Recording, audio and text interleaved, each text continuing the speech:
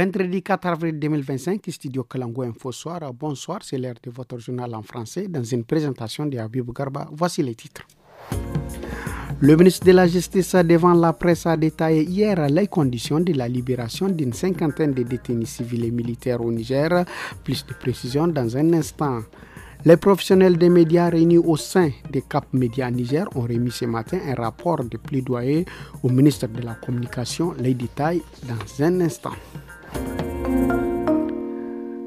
Bonsoir à tous. Le ministre des Affaires étrangères du Mali, du Burkina Faso et du Niger, membres de l'Alliance des États du Sahel AES, ont effectué une visite officielle à Moscou les 3 et 4 avril 2025 à l'invitation de leur homologue Sergei Lavrov.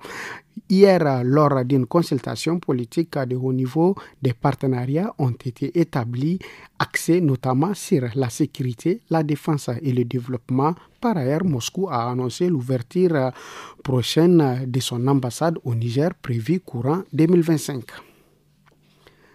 Dans un point de presse animé hier à Niamey, le ministre de la Justice et des Droits de l'Homme, Aliou Daouda, est revenu sur les conditions entourant la libération de plusieurs détenus civils et militaires décidées par le président de la République, le général d'armée Abdourahmane Tiani. Il précise que cette mesure s'inscrit dans une démarche de réconciliation nationale en application des recommandations issues des assises nationales.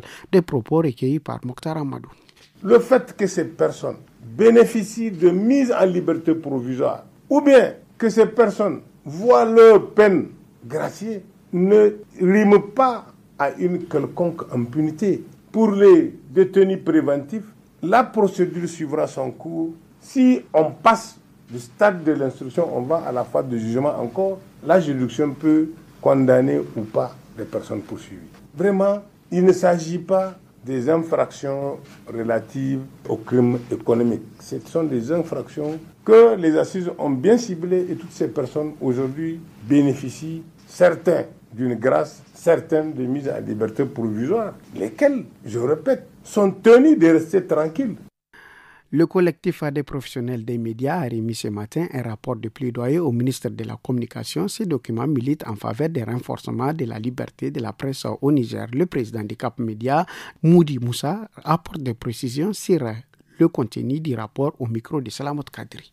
Aux assises nationales, nous nous sommes battus pour créer les conditions du maintien de l'ONC parmi les organes devant composer les futures institutions de refondation. L'ONC donc désormais a été retenu. Pour ça, nous avions organisé cette conférence pour parler justement de quel type d'ONC, de quel type de régulation médiatique avons-nous besoin dans ce contexte de refondation. Donc tout ça a fait l'objet de rapport et c'est ce rapport que nous avons donc eu à déposer plus celui du symposium des journalistes de l'AES qui a accouché d'un réseau, REJAES, où également beaucoup d'autres engagements ont été pris par les journalistes, dont notamment la possibilité d'aller vers l'adoption d'une ligne éditoriale commune pour toute la presse confédérale basée sur les valeurs de responsabilité, de transparence, de rigueur, mais aussi de solidarité.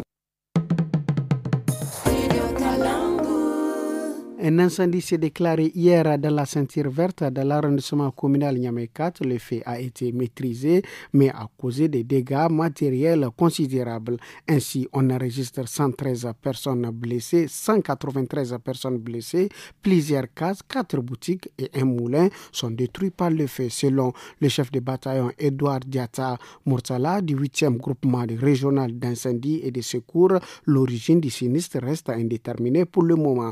Le gouverneur de la région de Niamey, qui s'est rendu sur place, a annoncé que des mesures préventives seront prises, précisant que la zone touchée est occupée illégalement par des populations clandestines.